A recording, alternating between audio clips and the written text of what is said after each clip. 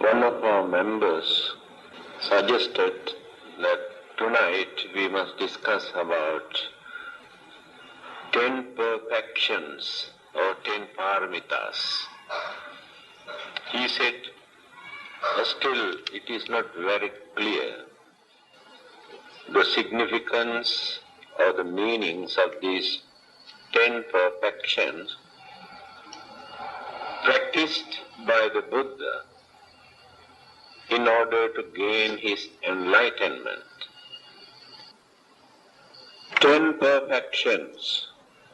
Pali word is paramita. Paramita means the method for us to practice in order to cross the great oceans of samsara or wheel of existence to reach the other shore for our safety, to avoid all our problems and sufferings and miseries and unhappiness, unsatisfactoriness in our life. That is the meaning of this word, paramita. The method that we have to practice in order to cross and reach our final goal. Then, the way how the Buddha, before his enlightenment or gaining his enlightenment, he was known as, what is his name? Not the Buddha. Only after gaining his enlightenment we use the word Buddha. Before that, bodhisattva. Bodhi means wisdom or enlightenment. Sattva means person. Person who is working to gain his enlightenment is called bodhisattva. So life after life, he went on cultivating, practicing, developing, training all these 10 perfections. Not only these 10 good qualities, there are so many other virtues and good qualities he had to develop. But these 10 perfections are very important for a person to gain his enlightenment. Still, many people cannot understand actually how this person or bodhisattva gained his enlightenment or become a Buddha, got that supernatural power or wisdom without any support, without any external agency, without any divine power, or without any God behind him. This is the biggest problem. We have met many other religionists who respect the Buddha, but even then they say they cannot understand how this person gained his enlightenment without depending on any God, without receiving any instructions or guidance or message from a God. Because all the other existing religions say there is a God behind, either to give a message or to give some sort of divine power or inspirations or guidance. But in the case of the Buddha, he said, there is nobody behind me to tell me, to guide me, to teach me how to gain this enlightenment. Because one day, when somebody asks this question, who is your teacher? Mother, the Buddha said, Name acharyo atti sadiso me navijjati sadeva kasmin lokasmin natti me patipukkalo. Here, so very clearly he said, Name achari, achari means teacher. I never had any teacher to tell me, to teach me how to gain this enlightenment or how to become a Buddha. Sadiso me navidyati. At the same time, there is no another person who gained the same enlightenment at that moment. Because only one person appeared at a time. That means this is the most difficult task in this world for a person to gain. A person can become a universal monarch or the ruler. There may be 2 or 3 at a time. But it is impossible 2 or 3 Buddhas to appear at the same time. Now we know the history. The Sacca Muni, the Buddha, or Gautama the Buddha, appeared more than 2,500 years ago. And we do not know how long we had to wait to see another Buddha, another supreme enlightened Buddha. Of course, people have created so many names of the Buddhas from time to time according to their way of thinking. Such Buddhas never appear in this world, created by the devotees. Then the problem is how to cultivate this mind, how to develop this mind, how to eradicate all our human weaknesses, and how to develop all the great qualities and virtues. If we can understand this, there is no difficulty for us to understand how a person can gain his enlightenment without depending on any God. Now let us refer to the Buddha again, how he has explained the method that he had to practice in order to gain this enlightenment.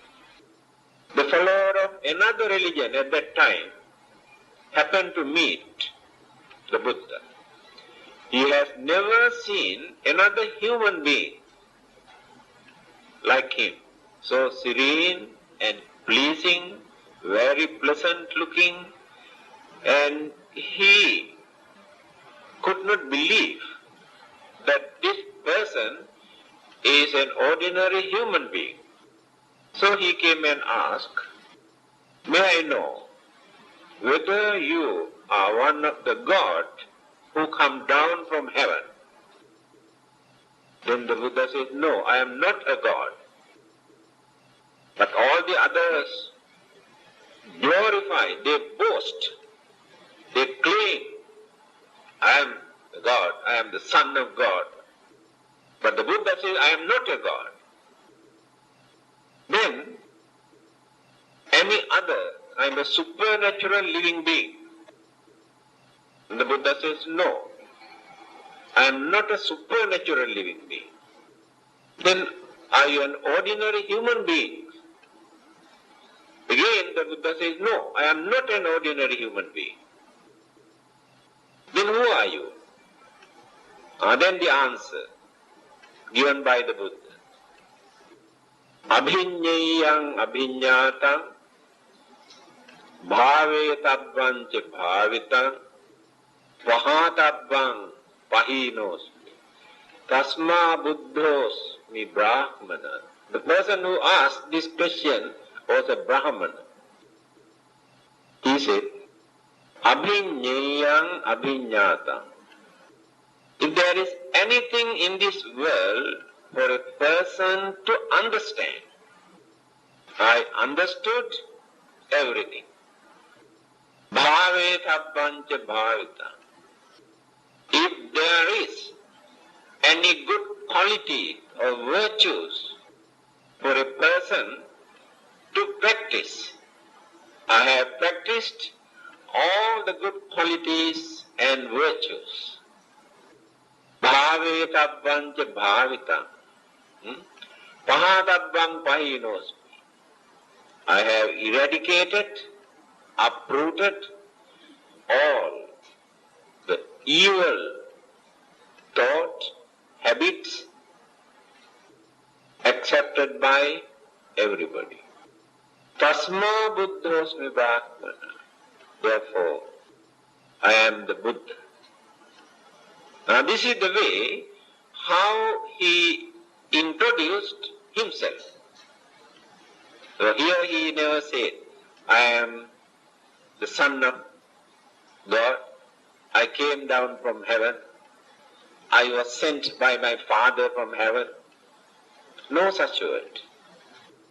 So this clearly shows this is a pure human effort. Gaining enlightenment is a pure human effort. There is no divinity or divine power behind this. Because we believe that we cannot do wonderful things in this world without any support from a God. That is our weakness.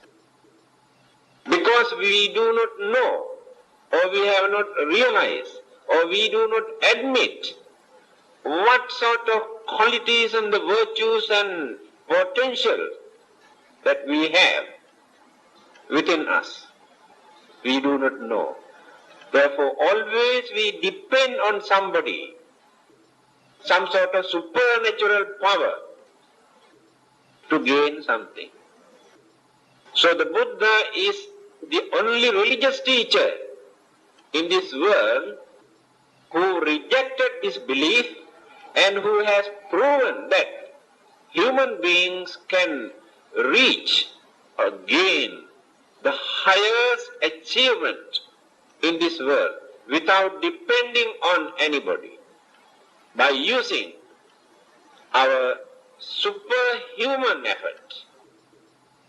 Then this is the method that he practiced. He did not pray to any God, asking any power, any authority, any wisdom, any salvation. He did not recite any mantras or tantras or sutras to gain his enlightenment. He did not perform any religious rites and rituals and ceremonies to please any God in this world to gain his enlightenment. He was instructed by some of those religious teachers at that time, after his renunciation, that if he really want to become a Buddha, to practice certain self-mortification, that means self-torturing, in the name of religion, to suffer, to torture, by observing certain vows. He practiced. Many years he practiced. He found out there is no effect. He knew this is not the correct method. He knew that he won't be able to gain what he wanted. He did not work to gain his own salvation. He did not work to experience his own happiness or liberations or freedom. His idea is to gain this enlightenment, to guide the whole mankind. That is why he wanted to become a Buddha. If he wanted to attain nirvana, to experience nirvanic bliss, it is not necessary for him to suffer such a long period. He would have done that long ago. So his effort, his purpose, his aim was to gain this enlightenment because he knew human beings are in the dark. Their minds were deluded, misled, and they could not understand the truth or the nature or the reality in life or the nature of existence or the world. And that is why he wanted to gain this enlightenment.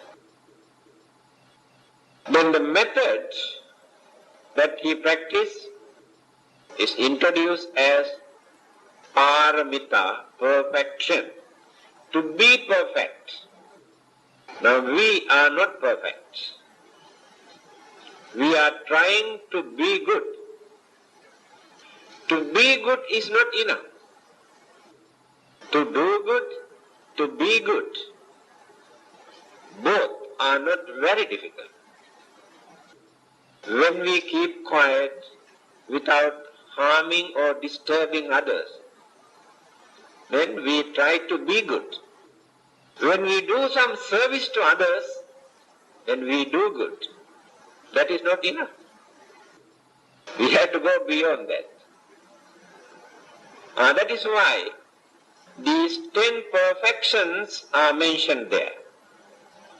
Again, those bodhisattvas, there are 3 kinds of bodhisattvas. Buddha bodhisattva, Sāvaka bodhisattva, and pañña Buddha bodhisattva. 3 kinds of bodhisattvas. All are bodhisattvas. The difference is this. One who wants to become a Samma Sambuddha, supreme enlightened Buddha, to gain Buddhahood, must perfect these 10 perfections or 10 paramitas in 3 ways.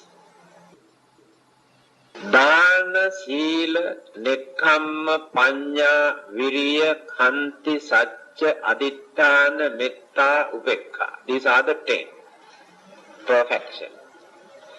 These 10 perfections, a person who is going to become a Buddha must practice in 3 ways.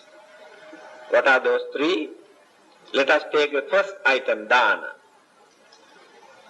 Dāna paramita, dāna upaparamita, dāna paramatha paramita.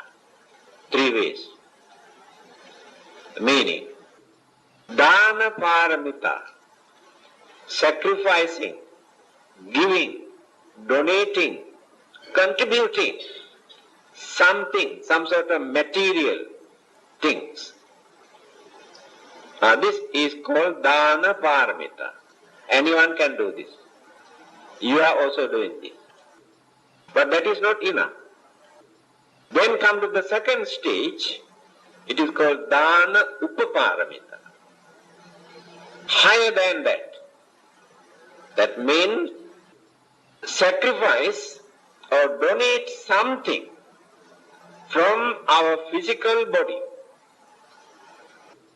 That is why Buddhism always appreciates, encourage and advise the followers to donate blood, eyes, kidneys, or whatever you can for the benefit of others, to relieve others' suffering, to save others' life.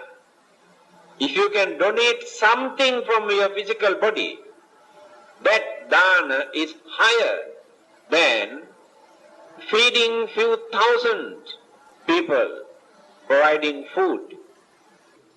Because we have very strong attachment towards our physical body. We are willing to kill even thousands of others in order to save our life. We are doing this.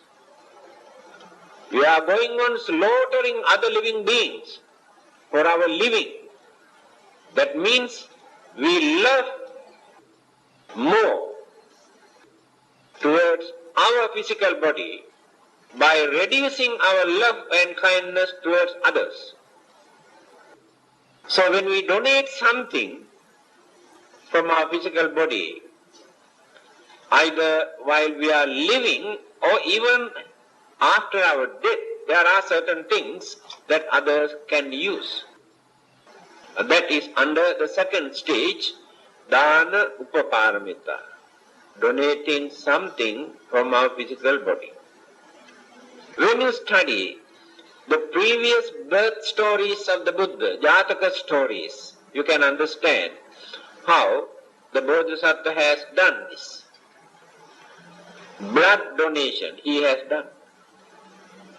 We cannot understand up to what extent this medical science was advanced at that time to donate blood. There are some stories. Blood donation, eye donation, flesh, hair, skins.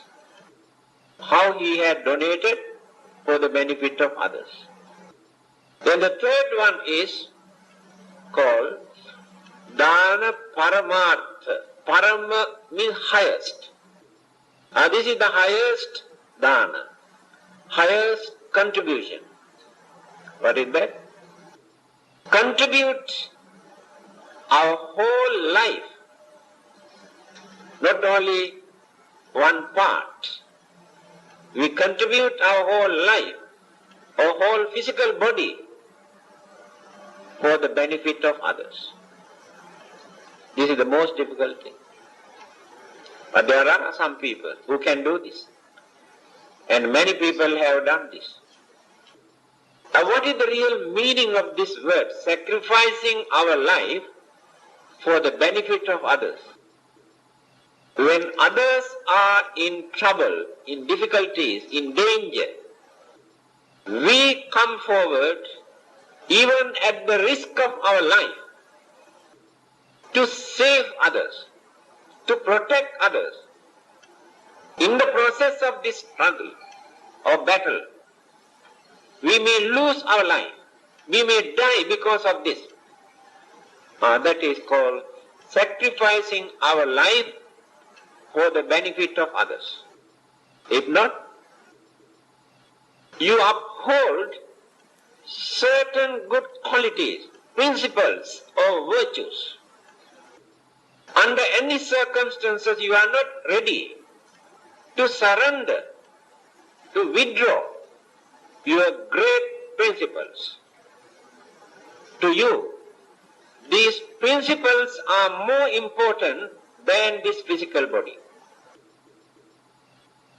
Because this physical body is temporary. We maintain for a short period. After our death, there is nothing for us to continue to carry forward from our physical body. Remember this. There is nothing for us to carry from this physical body to the next world. If there is anything that we can carry, our good qualities and the virtues and the principles and knowledge that we have developed. Take for instance, you don't like to bluff or swindle another person. You want to be an honest person. This honesty, you are not going to change under any circumstance. You may die because of this principle, but you feel very happy. If you can die because of your principle, you can understand that this honesty or kindness or compassion that you maintain as your principle will support you to promote your way of life, life after life. If you surrender your principles just to protect this temporary physical body, you lose the human values in your life. Human values you cannot find in the physical body. Remember this. This is the most dirty, ugly, body. No values at all. Animals and some other living beings, in them you can find some values. But human values remain in human mind, not in a human body. So if we maintain some good qualities or the virtues or the principles in our mind, so after our death, mental energies and all the good qualities we have developed remain as ingredients to mold another fortunate life. Now you can understand why understanding people regard principles are more important than this physical body. Let us take few people who have done this, who have never surrendered, never developed fear of death to change their principles. The Buddha, how many people tried to kill him, but no one could create fear in his mind to change his mind.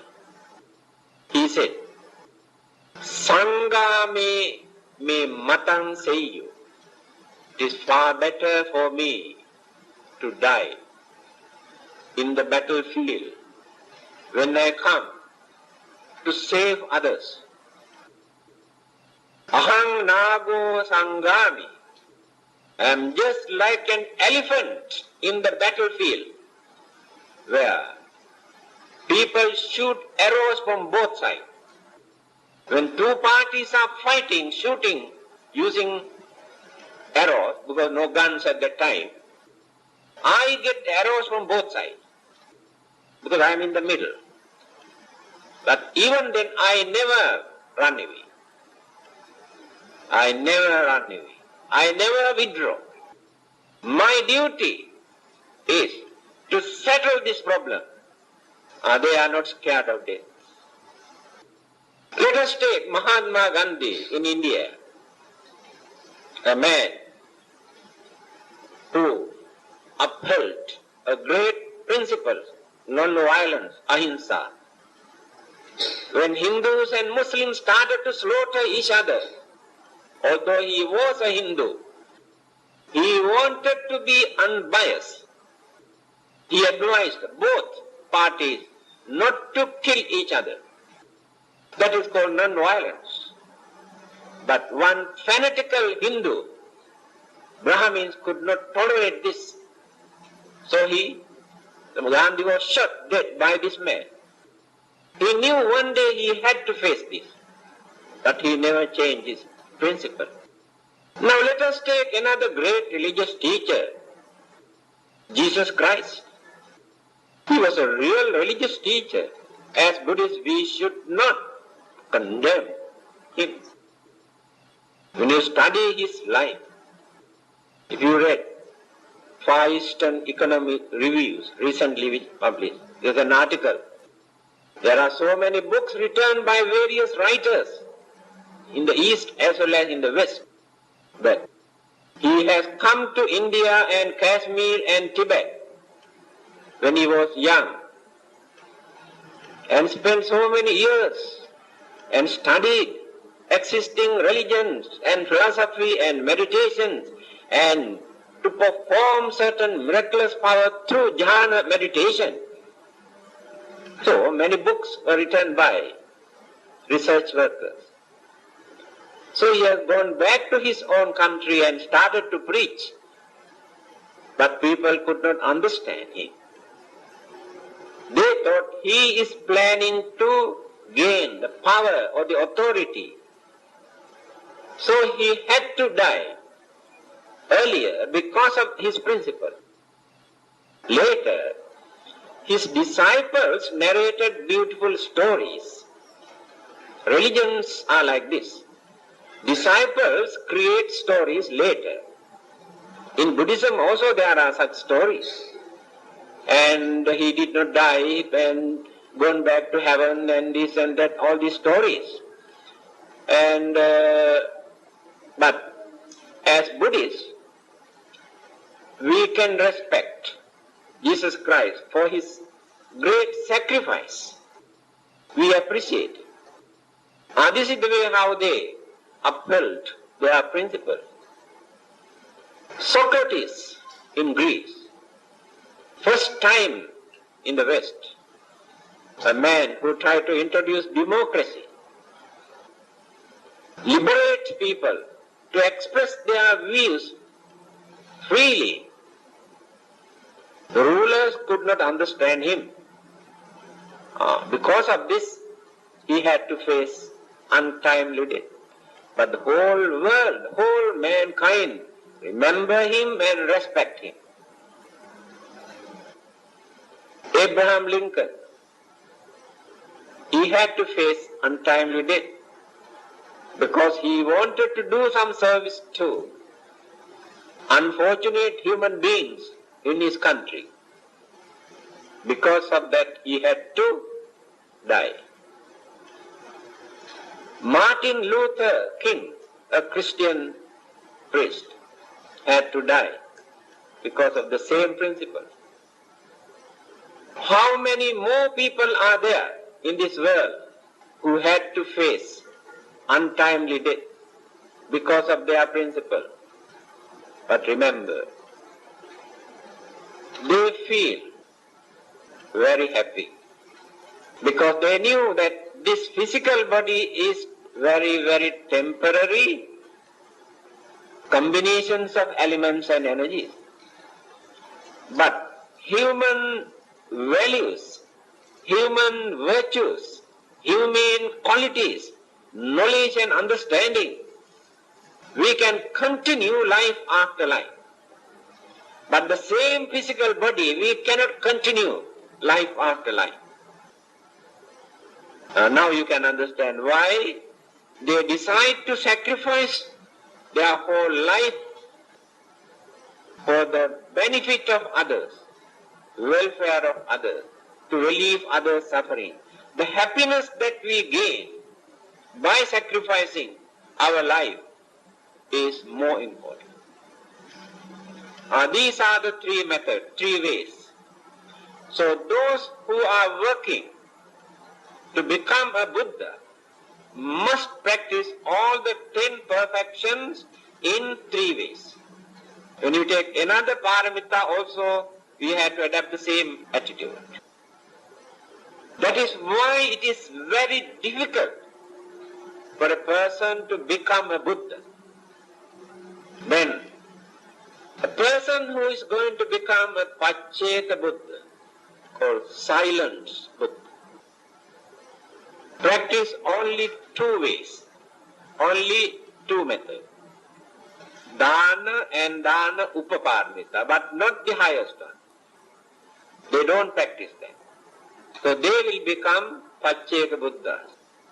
Those who want to become Arahants or saints, to attain their final salvation or nirvana, practice only 1 method. Only dāna paramita.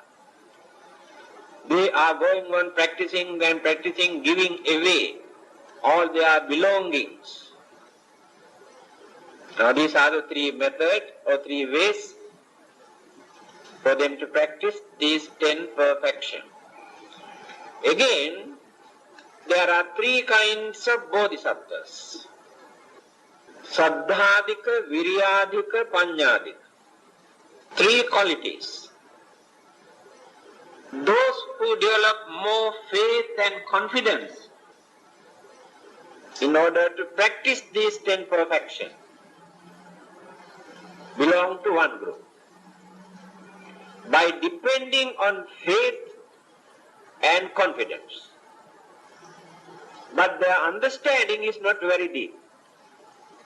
Second group, viriyādhika, effort. They use more effort than understanding to practice these 10 paramitas, life after life. Another group use their understanding, realization, in order to practice these 10 paramitas. Now 3 groups. Now what is the difference now? Those who adopt more faith and belief and confidence to gain this enlightenment through these 10 perfections have to spend a long period in this samsara to qualify it. But those who use understanding, realization, to appreciate by knowing why these 10 perfections are important, the period that they spend to gain their enlightenment is not that long. Now here again, in Buddhism, a due place is given for enlightenment, realization and understanding, rather than faith and belief and effort. Because when we use our effort without using proper understanding, we may adopt the wrong method. When we develop our faith and belief and confidence without proper understanding, we maintain wrong belief, wrong concept, wrong ideas. But when we develop our understanding, we can avoid these weaknesses. There are 3 kinds of bodhisattvas who are working to gain their enlightenment by adopting one of these 3. Now let us come to these 10 perfections. First one is dāna, paramita. The meaning of practicing this perfection is to eradicate our craving, attachments, selfishness. Then there are 3 ways again. We have craving, attachment towards our property, our money, our jewelries, our lands, our houses and all our belongings. But it is not very difficult for us to reduce this craving. In time to come, we can hand over, or we can reduce our responsibilities, then reduce our craving and attachment. It is not very difficult. Then the second one is craving towards our physical body. This craving is higher than the craving that we had towards our property. It is mentioned, dhanam tajeyo pana anga hetu. To save even one leg or one hand, we are willing to sacrifice our whole property. Whatever we have, we can spend to save. If doctors say, all right, if you can spend $100,000, I can save your leg. You say, okay. With hard-earned money, now he is willing to sacrifice to save his legs. This shows how much we love this leg, this hand. Now your leg is very dangerous. Without amputating your leg, we cannot save your life. Then he says, okay, you can cut off my leg and save my life. See the difference now. First we agree to spend $100,000 to save our leg. When the life is in danger, we say, okay, you can cut off my leg if you can save my life. Angang dhanang jīvitang chāpi sabbam chaje naro dhamma manussarantu. But understanding people are willing to sacrifice their property, their limbs, hands or legs, and their life, everything, for the sake of their dharma or principles. That is called understanding. What is dharma? Dharma means justice, peace, honesty, all the good qualities made into one word. That is called dharma. So understanding people are willing to sacrifice all those things, because all those things are temporary. But dharma is not temporary. To maintain, to uphold the dharma, understanding people agree to sacrifice everything. And now we can understand why dāna is important. To reduce our craving, our selfishness, our attachment, to maintain purity in our mind. So they practice this life after life. So within one lifetime or within a short period, we cannot do all these things. When we observe the 5 precepts, we promise not to take others' belonging without their permission. That means no stealing. Stealing, bluffing. That means we do not crave for others' property. Now we are practicing this. Still we crave our own property. But we don't crave others' things. Leave them alone. Later, we will come to know. Our own property also real nuisance, real burden, no peace. Then decide to reduce. Either sacrificing or donating or handing over. To have free mind. Can sleep peacefully. Can go anywhere without any bodyguard. Because nobody wants to kidnap. How they can enjoy freedom in their life. Reduce attachments or craving towards your own property also. Reduce nearly 50% of your burdens now. Now you maintain strong craving and attachment towards the physical world. You are willing to kill others also to protect your life. This one also you reduce slowly. What is the use of disturbing others, bluffing others in order to maintain this physical body? What do I gain in the end?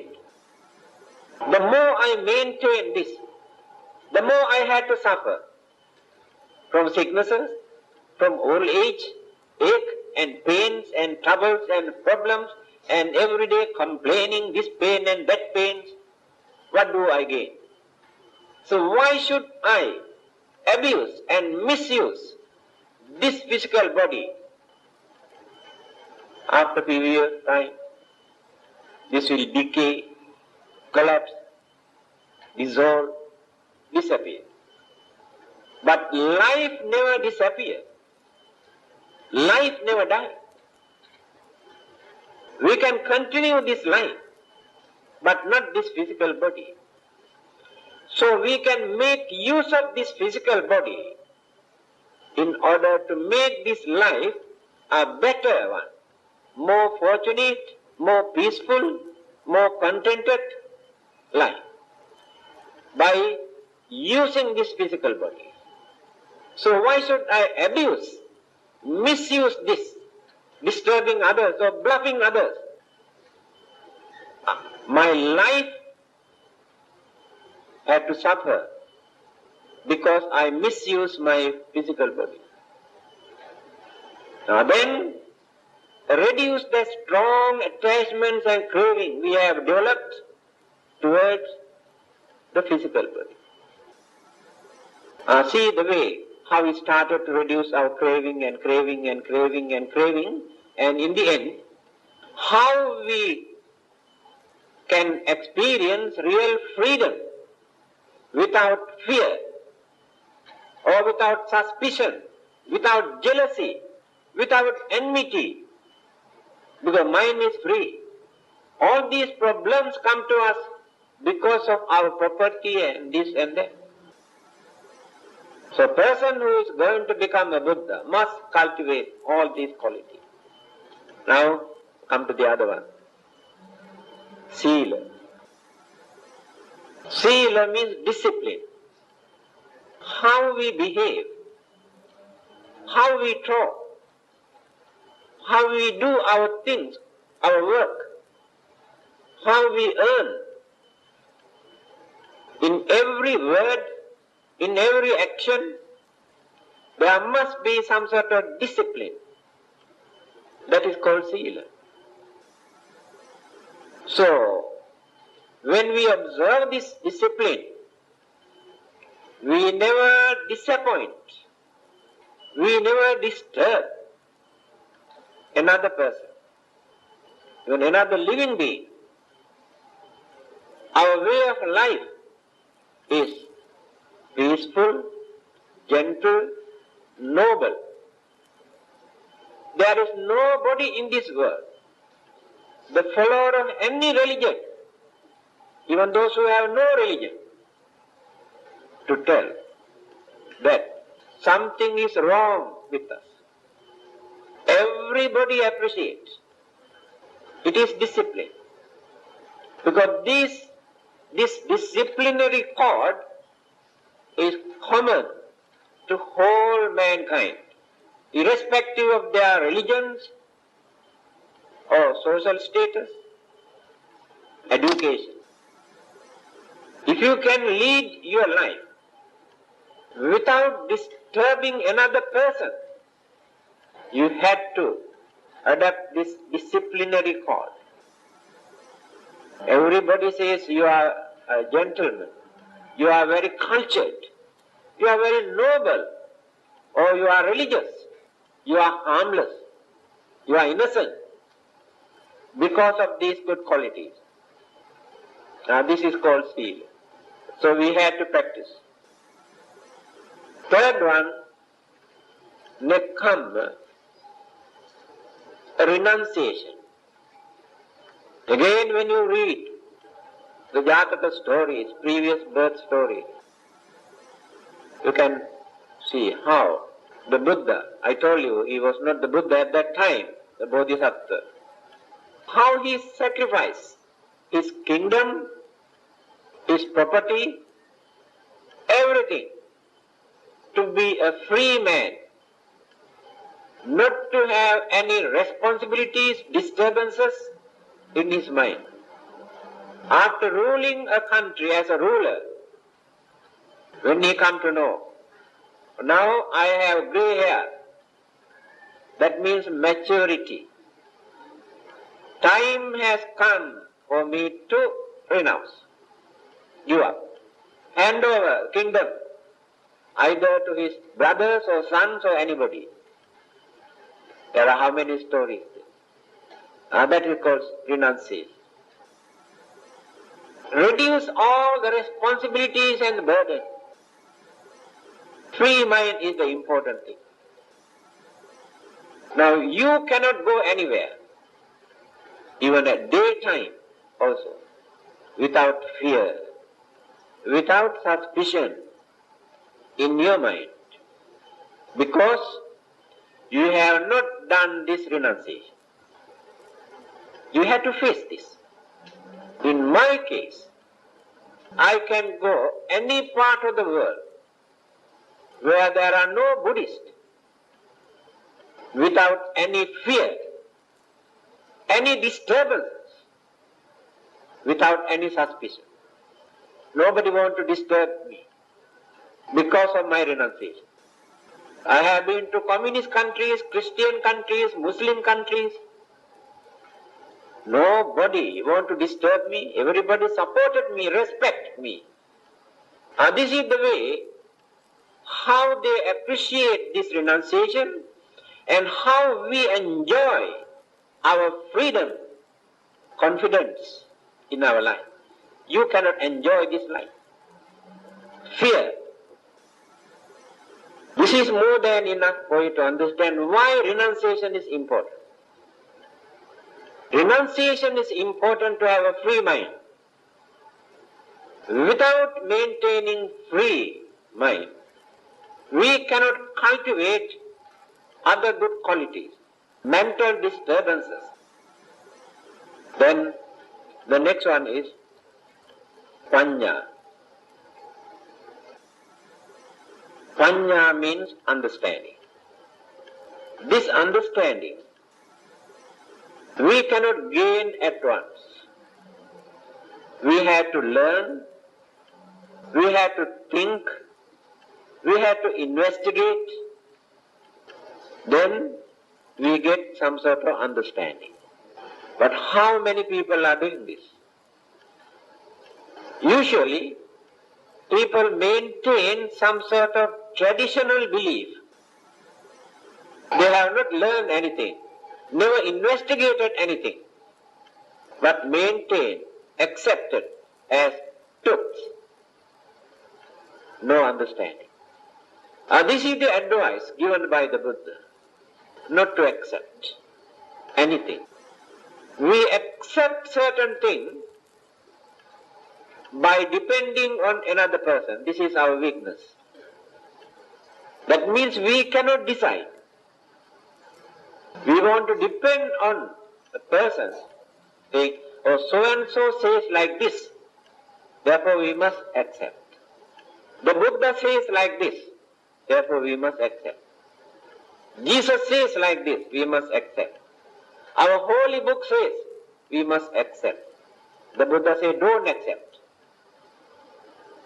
He said, don't say, don't think. This advice was given by the Buddha. Buddha is a great man, therefore you must accept. You depend on that person, but never realize anything. Your understanding is very shallow, very artificial. Our holy book says like this, we must accept. Buddha said, throw away your holy book. Use your common sense. People can write anything in their book and introduce as holy book. See the Buddha's attitude. How he has given credit to your human mind. Not to become slaves to anybody. Paven the way for you to cultivate and think and develop your understanding. Otherwise forever you remain like this without thinking. Mind is for us to think, not to accept things at once. Don't accept anything at once. The thing you accepted today as truth at once. Later, when you get more and more information, you will come to know that this is wrong. Now that is why the Buddha said, don't accept. At the same time, don't reject. Don't accept, don't reject. Give chance. Give chance for your mind to think, to understand. Then one day you will come to know whether this is true or not. So this is called pañña. So if you want to develop this pañña or understanding or wisdom, don't accept traditional belief as truth or fact. Don't try to justify it. Nothing wrong with that. Don't try to justify what is written in your holy books without understanding. Don't try to accept anything, saying so-and-so says like this, the Buddha says like this, Jesus says like this. You depend on that person but never realize. Now this is the method introduced by the Buddha. Next one, viriya, effort. I always say that Buddhism is not a lazy man's religion. Just to go and pray to somebody and ask heaven and everything, that is lazy man's religion. You have to work for that. Nahi suttasya sinhasya pravisanti mukhe murā. In Sanskrit, there is a saying. Animals never into the mouth of a lion if that lion always sleeps. Nahi suptasya sinhasya pravisanti mukhe mriga. If that lion is a lazy one. Although lion is the king of the animals in the jungle, if he sleeps, animals never enter into his mouth. He must go out for hunting. In the same manner. Simply by praying or worshipping, without doing anything, if you try to gain everything, to go to heaven or to go to nirvana, or to prosper your business without working very hard, more time you spend for worshipping and praying without working, do you think you will prosper? Do you know a proverb? Believe in God for your protection. It's very good. No one can say it is bad. You can believe, no harm at all. But don't depend on God for everything. You believe in God, you pray for your protection. But don't forget to lock your door when you go out at night time. There is no guarantee that God will protect your house until you come back. Remember this. Those who depend everything on God, remember this. You have to work hard. You must be wise. That is what the Buddha says. Use your effort. Whether there is God or not, it is immaterial. You have to do your work. If you do your work, if there is a God, definitely you get His support also. This effort you have to use in three ways. Again, your mental energy, verbal energy and physical energy. All these three channels you have to divert for good purpose. To serve others as well as to serve yourself. Again, a religious teacher who always advised to serve others says, when you come to serve others, you have to serve in such a way without damaging yourself. Here I am not talking about the physical body. Because earlier I have told you, when you come to serve others, even at the risk of your life, you must come forward. This gives another meaning. You can serve others by robbing, swindling, cheating, disturbing others. You can go and rob from a rich man and support a poor man or poor family. That is what the Buddha says. To serve others, you should not damage yourself. By doing that, you damage yourself also. So always find out the decent method, reasonable method when you come to serve others. So the effort you have to use, reasonable way, without abusing it. Then the purpose, the aim of that effort. You do lot of meritorious deeds by using lot of your effort, spending so much, thinking that you can go to heaven and enjoy your life. You develop more and more craving. By developing more and more craving, you won't be able to see the end of your worldly suffering. Again and again, rebirth, existence, old age, sicknesses, decay, death, problems arise. You may go to heaven and enjoy your life for a short period or long period. Again, existence takes place somewhere else. So that is not the final goal. So we have to use our effort, our energy, mental and verbal and physical, to reach the final goal by serving others, helping others, supporting others, by using that energy. Then we will reach there, not by praying. Next one, khanti, shanti, patience.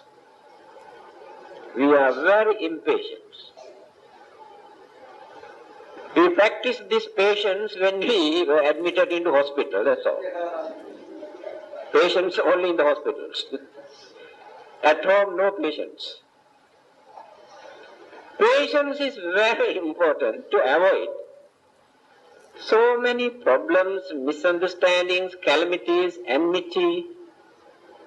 Later we will come to know. Our impatience can create so many problems, even we may lose our life also because of that attitude. Patience does not mean that we develop some sort of fear in our mind, and because of that fear we must keep quiet. That is not patience. By knowing that we can use our effort, our energy, by knowing we can topple, we can destroy, we can kill others, if we can control that without harming others, that is called patience. People misunderstood this word, patience. Of course, many of those culprits keep quiet because they cannot do anything at that moment. That is not patience. When we have all sorts of energies, either to take revenge or to attack others or disturb others, if we can control this by knowing the danger of it, that is called patience. Without harboring hatred, enmity, ill will in our mind, if we can maintain this patience, that is the highest achievement in our understanding. That is why we regard this as a great virtue. Next one is sacca, truthfulness, that is honesty. Never misuse the word either to harm others, disturb others, or to take advantage, or for our own benefit. We never use a wrong word inside our mind, that is called honesty. But when you use the mouth, it is called truthfulness. See how many things are there for a person to cultivate, to develop, life after life, to become a Buddha. Now we can understand why it is difficult to become a Buddha. Now how many people are there in the waiting list who are going on cultivating life after life? Next one is adhiṭṭhāna, determination, very strong willpower, not to change our mind. The weakness in our mind is, today we decide not to do certain things by knowing that they are wrong. Next moment, next day, under certain circumstances or temptation or irritation, we change our mind. No determination, no willpower. If not, we decide to do certain things or to continue certain good work. After 1 or 2 days, due to certain disturbances or disappointments, circumstances, we change our mind. That is our weakness. So when you study the previous birth stories of the Buddha, how he continues life after life without changing his mind, in spite of various disturbances, until he reaches his final goal. So determination, aspiration, this is very important. This will in our mind, even modern psychology also explain. The will that we develop in our mind, even without depending on any religion, we can continue this. The dynamic mental energy, will means dynamic mental energy. So when we divert this dynamic mental energy towards a worthy cause, aiming at something, to do some service or to gain more peace, more contentment in our life, it's a very difficult thing because human mind is very unstable. So we are fickle-minded, very hard to maintain. Every minute, mind is going on changing like this. Our senses bring certain things into our mind and change the mental attitude. Our mind itself creates ideas, change our mind. Then others bring so many things, either to create temptation or to disturb us, change our mind. So in spite of all these things, if we can maintain that dynamic mental energy without changing it, that is called adhiṭṭhāna, determination. Next one is metta. Metta means goodwill. Our wish, our understanding, our sympathy that we extend towards others without harboring jealousy or without expecting anything in return. It is called metta. We develop our kindness towards others. We are kind to others. In that kindness there is hidden selfishness. Because we need something in return. Love. Always we use this word love. When we define this word from the religious point of view, it is like this. If I say, I love you, the hidden meaning of this word, I love you, means I need you. That is the meaning. If I don't want you, I never say I love you. That is not metta. Metta is entirely a different thing. That is why we introduce this as goodwill. When we extend our goodwill towards others, we don't expect anything in return from them. No selfishness there. And there is no barrier. And there is no limit. My kindness is only towards my family, my country, my race, my nation, my religious group. There is no such limit in metta. But in our kindness, there is a limit. So it is called all-embracing love and no limit. Universal love, no discrimination, goodwill. So we had to develop our sympathy, kindness, compassion, love, all these things further and further and further by reducing selfishness. Then it will become metta. Selfless love. Last one is upekkhā, equanimity. This is a very difficult thing. Unbiased attitude. We are very biased. We support only our people. We ignore others, disregard others. Always we bring these issues. Our family, our relatives, our friends, our country, our nation, our race, our religion, our culture, our tradition. That word our narrow the vast meaning of this word. So one day we had to get rid of this. That word our must be removed from there. Otherwise, no purity in that mind.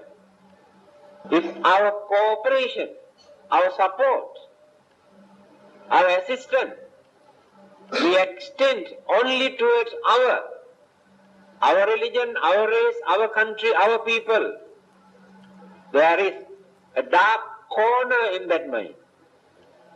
So if you are going to become Buddhas, my dear friend, you have to remove that also. That word our, no more ours. Here, in brief, I have explained the nature of these 10 perfections, 10 paramitas. A person had to practice life after life until he becomes perfect human being. Then there is no difficulty of becoming a Buddha to gain that enlightenment without any divine power. So nearly 1.5 hours. Ākāsattā ca mummattā devānāgā mahiddhikā puññantang anumoditvā cirang rakkhantu lokasāsanang ittavata ca ammehi sambhutang puñña sampadang sabbhe devānumodantu sabbha sampatti siddhiyā devo vassatu kālena sassva sampatti hetu ca pīto bhavatu loko ca rājā bhavatu dhammiko idang ho jati nang hotu sukita hontu ñātayo imina puñña kammena māme bāla samāgamo satang samāgamo hotu yāva nibbāna pattiyā.